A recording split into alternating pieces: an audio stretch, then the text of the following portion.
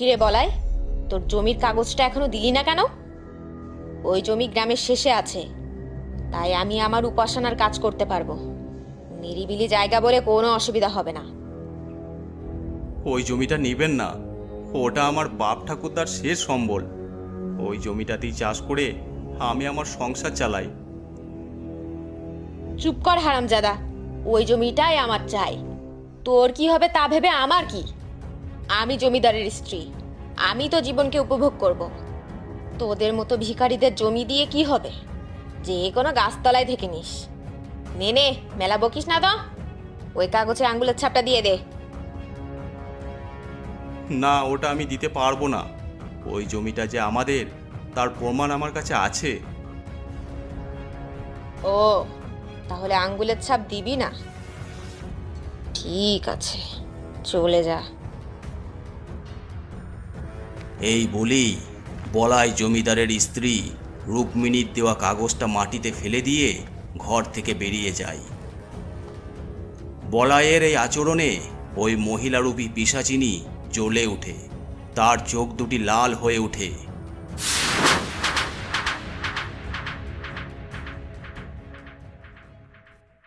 তখন বাইরে রাতের আঁধার নেমেছে। বলাই শশীশেখরের বাড়ি থেকে বেরিয়ে গ্রামের পথ ধরে নিজের বাড়ির দিকে চলেছে। কিছুটা যাওয়ার পর বলাই অনুভব করে কেউ যেন ওর পিছনে আসছে।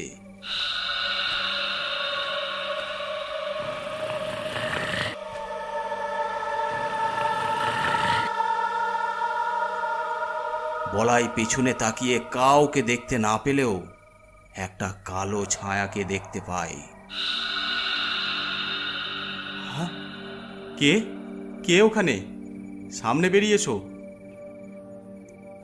একটা পাশবি গর্জনের আওয়াজ ওর কানে ভেসে আসে। বলাইয়ের এবার সত্যি ভয় করতে শুরু করে। বলাই এবার আরো জোরে হাঁটতে থাকে।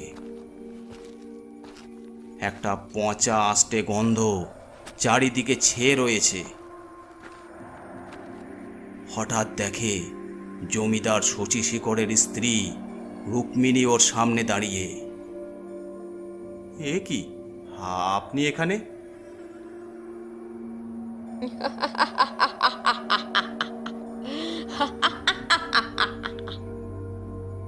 দেখতে সাধারণ মনে হলেও সে রুক্মিণী নয়। কয়েক মুহূর্তের মধ্যেই রুক্মিণীর চেহারা ধীরে ধীরে পরিবর্তন হতে শুরু করে। মানুষের শরীর পাল্টে বেরিয়ে আসে এক ভয়ঙ্কর চেহারা। বলায় এমন চেহারা দেখে চিৎকার করে ওঠে, কে তুমি?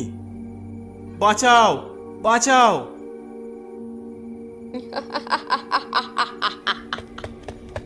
আর পিছনের দিকে দৌড়াতে শুরু করে। কিন্তু সেই ভয়ঙ্কর চেহারাটা এক নিমেষে বলাইকে ধরে ফেলে।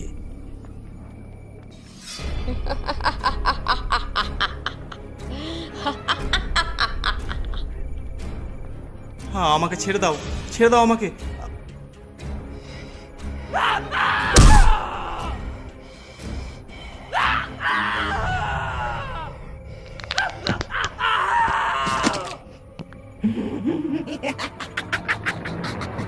জমিটা না লিখে তুই বড় ভুল করেছিস।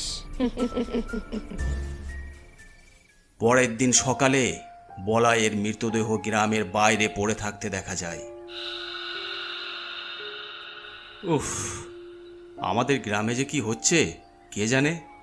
2 মাস আগে রতন, আর এবার বলাই। বলাইয়ের চেহারাটা দেখেছিস? কি বিকট অবস্থা! কোনো মানুষের কাজে এগুলো তো মনে হচ্ছে না। তবে একটা বিষয় খেয়াল করেছিস? জমিদার মশাইয়ের স্ত্রীর সাথে যারই ঝামেলা হয়, ঠিক তার পরের দিন সে মরে যায়। আমি 2 দিন আগে রাতে শহর থেকে ফিরছিলাম, দেখি জমিদার মশাইয়ের স্ত্রী অত রাতে জঙ্গলের দিকে যাচ্ছে, আর পিছনে একটা ঘন কালো ছায়া হেঁটে চলেছে। এইভাবে আর চুপ করে থাকলে চলবে না। এখনই কিছু না করলে আরও বিপদ আসতে পারে। ওটা যে কোনো সাধারণ মহিলা নয় তা তো বুঝতেই পারছিস।